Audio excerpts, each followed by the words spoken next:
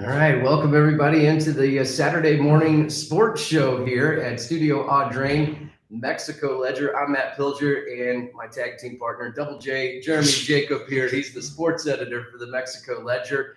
And we're going to be doing some sports talk every Saturday morning. We're going to get Jeremy up early. I know he's excited about it. I'm excited about it. And we want to start off the show and thank all of our sponsors. I'm going to start off with Slumberland and Logan Ray. As a matter of fact, we're going to be doing the show from Slumberland live very soon. Logan is building the set. He's a little busy with the Soybean Festival right now, so stay tuned. Tune in next week for that, but a big thanks to Logan and Slumberland Furniture. It's our studio sponsor. And our studio sponsor as well, absolutely. Yeah, and as far as like our other sponsors, starting with United Credit Union. And the Arthur Center Community Health. Mexico Public Schools. And of course, Weber Pharmacy. So big thanks to all of our sponsors. Without them, this wouldn't be possible. And we're going to get right into sports talk. As a matter of fact, we're going to bring in a couple of coaches from Community R6. We're going to say softball. Yes, softball, I should say. Yep. We're live right now, folks, so every mistake is going to be us. But we've got the head coach, Jeff Angel, also assistant coach, Emma Angel, and thanks for getting up early. Yes, they are related. Yes, that's right. Thanks for having us. Yeah.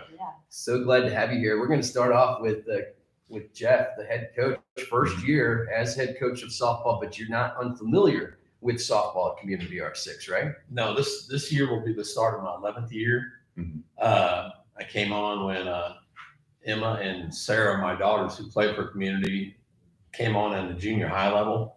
And I kind of got the start there, and I kept on going. And after they graduated, I told Bob I wanted to stay on with the program, and here I am. Mm-hmm. Bob Curtis, the athletic director, of course, and folks might remember him and still remember him as the head coach of the Community R6 Lady Trojans basketball team. Emma, you're coming in first year. What's it like? You've kind of been coached by your dad all your life, but now you're on his staff. Talk to us a little bit about that. Yeah, I'm excited. So it's definitely different, but we have quite the staffing. My older sister, Miranda Fennewald, is on our staffing as well, and then Darren, who's my dad's best friend. We work really well together, and I'm really excited. The summer was fun, and we have a good group of girls. Yeah, as far as like this setup to have, as your daughter's your assistant, like, how did that sort of come to be? Like, when was that, definite that was going to be a thing? Well, that's kind of a surprise because after I received the news that I was going to be the head coach, Bob and I was talking about, assistant coaches and everything. And one day we were going to do some interviews and stuff. And all of a sudden, he was like, well, I don't know about this one interview. He said, he said, maybe a conflict of interest. I was like, why would that be? And he said, well, Emma had slid down there, came from Stevens one day and applied for it. And that was just kind of a surprise and it came out to be where it all worked out. And here we are. Mm-hmm. Great. Go ahead, Jeremy. Yeah. And as far as like Emma's concerned, like this will be like your first taste into coaching at all, right? Yeah, so I've always helped out, but I've never had like the actual name of assistant coach or coach. The official title. Yes, the official title, yeah. I guess that does make a difference. Like, so how are you feeling, heading into like your first official season? I know you have many years of softball experience playing it, but. Yeah, so it's definitely different. I know these girls personally, and so setting that boundary between being friendly instead of, being a coach authority is definitely tough, but I feel like I've stepped into that role fairly well, and I'm starting to balance it out well. So it was definitely something to learn, but I played a couple summers with one of them. And so going from, being a teammate to a coach is definitely a huge step, but I feel like I'm stepping in fairly well, and it's definitely a mature stepping stone, but it's all coming together. It's been a good time. Mm-hmm. Let's talk a little bit about the team this year. I was reading Jeremy's article in the Ledger, as a matter of fact, and talking a little bit about Jocelyn Curtis. She's going to be a huge part of the team. Talk about her and maybe some of the returning players this year that gives you experience. Right. We have 5 returning starters. Jocelyn she's incredibly, I mean, she can, great pitcher, probably our number one pitcher, great at the plate, a lot of power. We're going to expect a lot from her on both sides, offensively and defensively. She's a really, really good leader, and we're really fortunate to have her for her senior year and get the ball going. Other seniors, Peyton Schaefer, Chloe Johnson, they're going to be a big part of the lineup too. Peyton will probably lead off for us. Chloe's going to be somewhere in the middle, and then the other one, Lydia Hoyt and Mila Carroll, they're going to be returning, and they're going to be a big part of our offense and defense. I mean, as a foundation, solid foundation coming back. Emma, let's bring in our other assistant coach and talk to him a little bit as we are joined on the sports show. And thanks for coming in this morning, Mr. Rodenbaugh. Tell everybody about your role on the team, if you will. I'm the volunteer assistant with the school. Been doing this for a number of years, been helping Jeff for quite a while. How have the practices been? Has it been extremely hot out there? And how are you keeping everybody, from going down from the heat, taking plenty of water breaks, I'm sure? At first, it started off really warm. A couple of days, they have a thing called the wet bubble where they measure the heat and everything. That kind of limits us. We got to take extra water breaks, which of course that is an issue rule already. But I told the girls, hey, this is the only season where we're going to start off sweating. And by the end of the season, you're going to put clothes on and have hand warmers, because as the year goes through and later it gets into October, just hang in there and we'll get cooler. But yeah, this first week has been kind of a challenge, and we worked through it. And I thought we got a lot of work done. By even the elements were really, really warm. We got a lot of work done, and with 4 coaches, we can spread out and do more and be more efficient that way.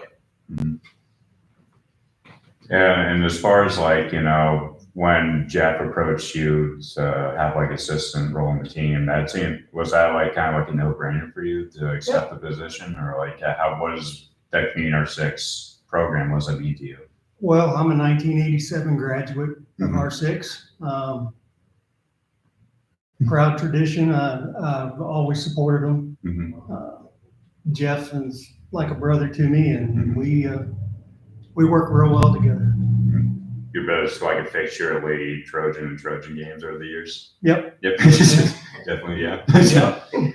Very nice. Tell us when the first game is going to be, and we're going to stay in contact with you guys all season long. But when is game number 1? When is the season opener? We start off with the jamboree Monday at Montgomery City, but game number 1 would be the 29th, Friday night, home opener against Wellsville.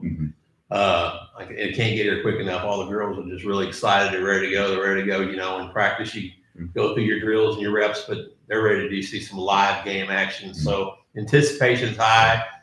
We're ready to go. Everybody's excited, and we're heading in the right direction. And correct me if I'm wrong, but do you have a tournament the day after that? Yes, well? yes. We're in the Montgomery City Fall Classic the next day. So we're going to have 4 games in 2 days right off the bat. Huh? Well, I guess you feel ready for it. I mean, as you said, enough talking about the games, you want to actually play them. So right, we're going to jump right in.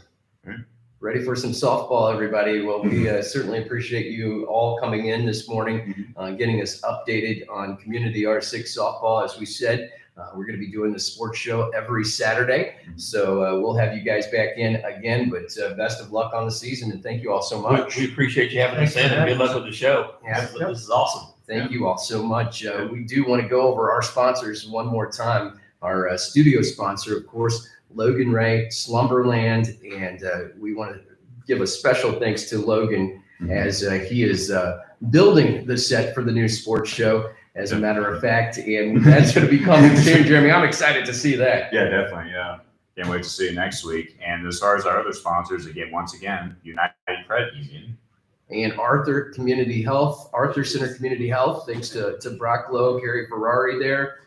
Mexico Public Schools. And Weber Pharmacy, the Weber family of pharmacies, they have a proud tradition of supporting local sports and making things like this happen. So a big thanks to all of our sponsors. And Jeremy, just tell everybody, because we're going to kind of go be talking to some of the players from the teams you cover. Tell everybody out there the teams that you do cover in the Ledger, if you will. Okay. So obviously Mexico, Community R6, as you'll see today, Van Far, North Callaway, Missouri Military Academy, and also Centralia Parents as well. All right, we're excited to have all of those local athletes come and join us. We talked about Community R6 softball to open up the program, but there was jamboree last night over in Monroe City. Yeah. It's time to talk a little Mexico football. Our next guests are coming in. As a matter of fact, head coach Steve Haag joins us, as well as Andy Baker, our offensive coordinator. And thanks for coming into the show bright and early this morning, guys. Thanks for having us. Yep, we appreciate it. Certainly want to start off with the jamboree. Jeremy, you were there last night. You split your time between Mexico and Van Far. Yeah. Talk a little bit about Mexico and some of the things that you saw out there last night to start off with. Yeah. What, me or? Sure, you were out there snapping photos. Tell us what you saw. Well, it seemed to be things seem to be running smoothly, at least from what I saw. But, as far as it would have a better idea of that, of course, the coaches, since they were watching every single snap, every single minute. So Steve Haag, what was your estimation of it?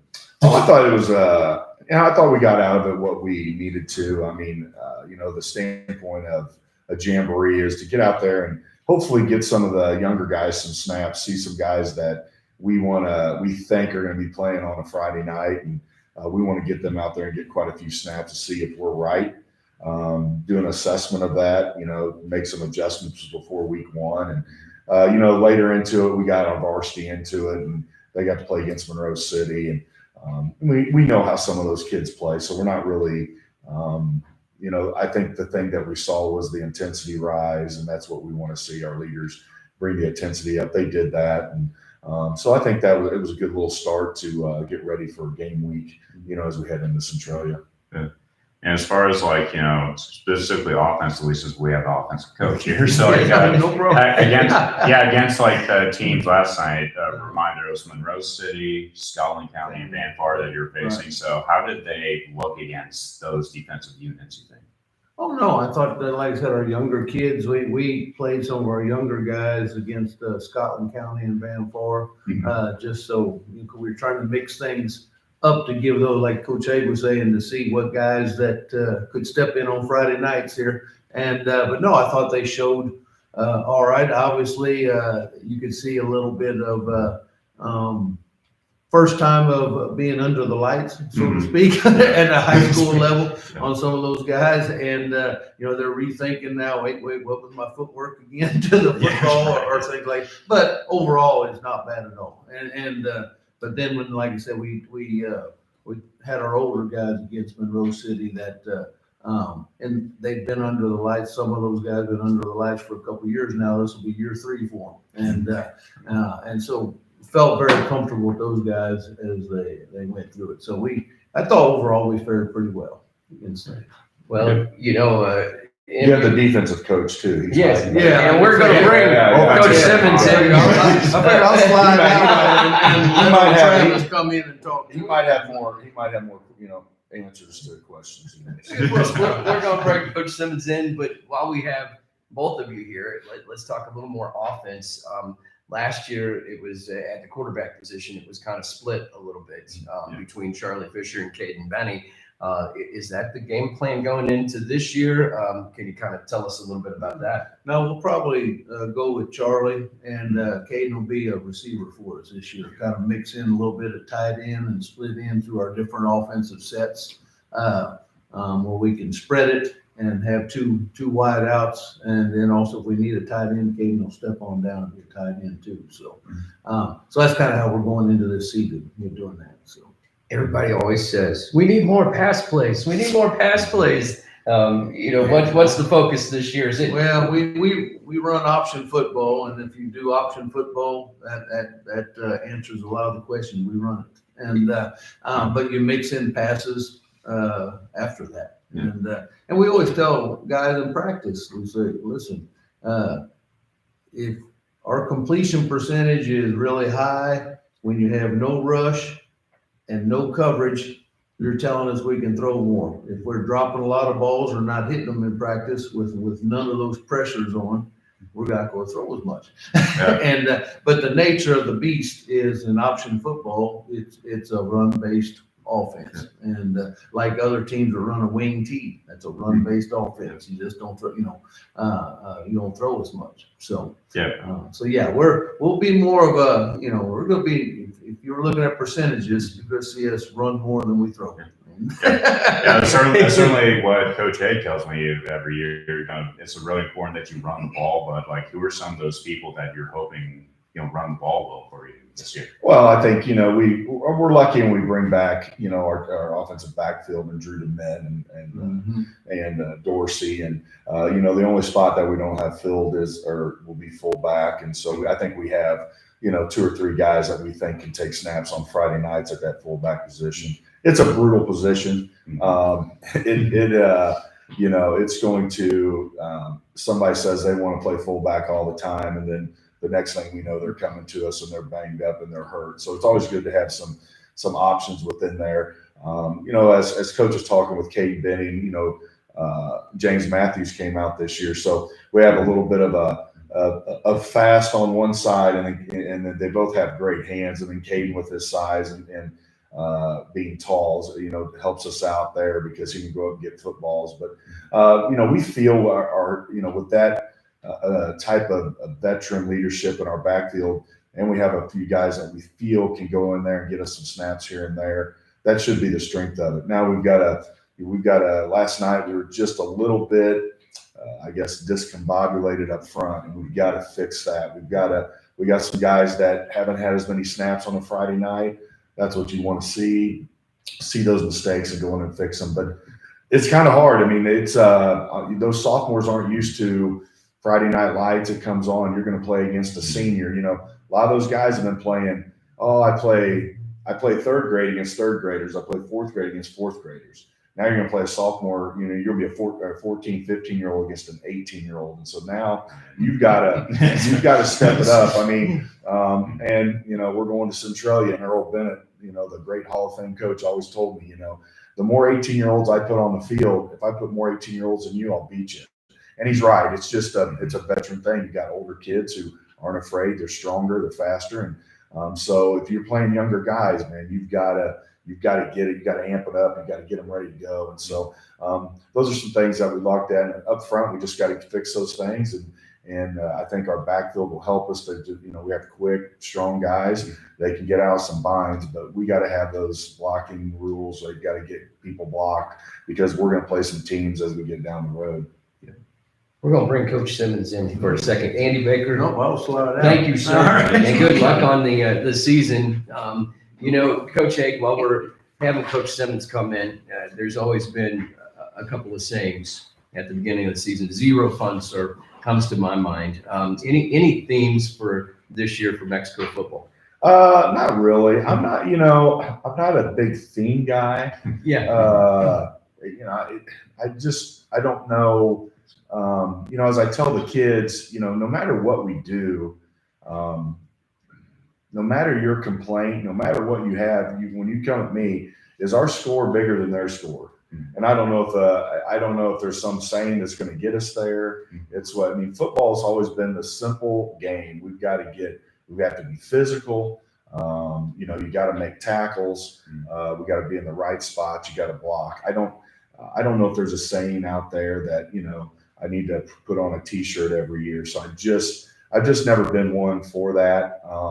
And zero fun, sir, comes into that. We want to, here's the thing. We want people to have zero fun when they play us. And that brings the physicality and, and the violence of the game to it. And so, we want our kids to be physical. And if they're physical, I tell kids this all the time. People understand it. I said, I can take 11 average athletes who are extremely physical and have a great football team.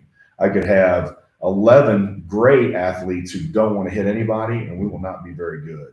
And so if that guy across from you is, and I kind of thought about that as my son wrestled, because he always complained because, he would lose, when he lost, he would whine and all that stuff. And I would say, here's the thing. you want to make that guy think, I don't want to wrestle that kid again. No matter if he beats you, I don't want to wrestle that kid again.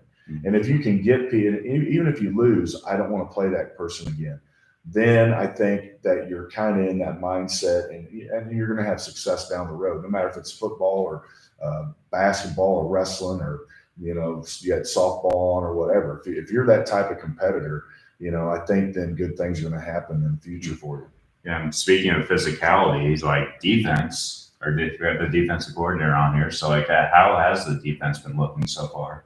Pretty good, but to say the back half, we have a lot of kids returning in our back half and our secondary that's been playing since they're sophomores, and a lot of those guys have stepped up and become vocal leaders to get our, the younger kids that are stepping into the new roles, because we graduated some depth last year. We had a really good linebacking core. We had a solid defensive lineman, so we got to replace those guys. And like I said, those back half people that have been playing since sophomores are stepping up, getting those younger guys in the right spot. So yes. We've talked about Charlie Fisher and Caden Benny, but Drew DeMett's a huge part of this team. Yes. And I've been hearing that he's going to be playing a new role on defense this year as a safety. Is that right? Very similar to what he's been doing. We're just going to back him up a little bit. He has the same kind of responsibilities, just from a different alignment. A kid like that, he can play in a lot of spaces. He's a really good athlete, so it's like kind of put him in a spot where he can make more plays. But he's had a really good camp. Like I said, all those kids in the back half have had really good camps, getting coached up, and like I said, stepping up and being leaders and getting us in the right spots. Centralia, just about a week away now, less than a week away on the road in Centralia. We'll kind of give you guys final thoughts going into the Centralia game. How do you feel going into that game after the jamboree last night and getting ready to go into the last week of practice before the regular season gets underway? Well, it could be pretty fast with the running teams. The ball's not in there that much, so the clock's not going to stop. But, Centralia traditionally, good program, solid, always has solid kids. They're going to come at us, with their offense that's probably a little bit more, football in a phone booth than we are, so we're going to pitch it outside. But, they got the Ross kid who's really fast. He moved to quarterback late in the season for him. So we've got to be prepared for that. Plus, we got to be prepared for a lot of people at the party, man. There's going to be 4 or 5 guys in the hole. And so our defense has to be ready to do their job. And it's kind of like you're a bowling ball, man. There's some pins there. You got to go in there and take them out. And so, the thing about Mexico football is that, people understand our schedule's not easy. The NCMC's tough, and then our non-conference has some tough teams on it. So we start off with one in Centralia, and it just keeps going for, the next, 8 weeks. And so we got to be ready to go. And, we start with Centralia, and we know they'll be ready, and we have to be ready. MICDS on the schedule at the end of the season. That'll be a tough one. I think you play there this year. We do. So we're going to keep an eye on all of the games. Guys, we hope you come back in and chat with us on Saturday mornings. We appreciate your time. Want to wish you the best of luck on the season. Absolutely. I thought we'd be on location at the carnival. Like ESPN or something, with the teacups going behind us or something. I need my big bulldog head.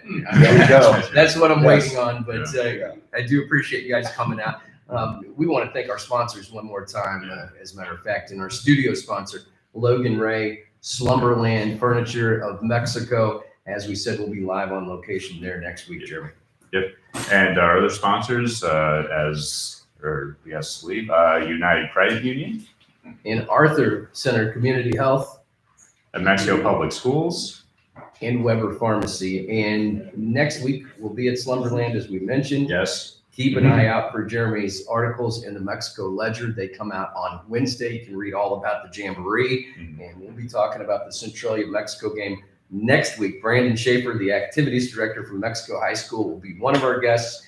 And I think we're going to try and reach in and talk to some Van Far guys too, right? Yeah, hopefully so. Yeah. All right. This has been a great first edition. Sky Strauss and her fiance, we want to thank you guys for coming in, helping us out as well. It's been an early morning for them. Yeah. Of course, we want to thank our guests one more time because, early morning for us is early morning for them, obviously, too. So absolutely. We'll try and have the bacon and the orange juice next weekend, and hope you guys tune in. Hope you enjoy the Saturday morning sports show from the Mexico Ledger in Studio Audrain.